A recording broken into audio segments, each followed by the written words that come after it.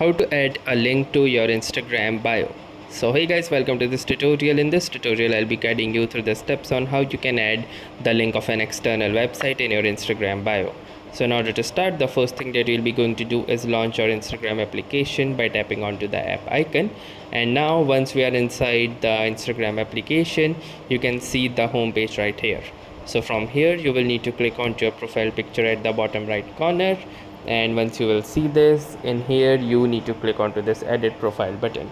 Now within the edit profile button, here is your bio, and just beneath the bio you have this option to add link.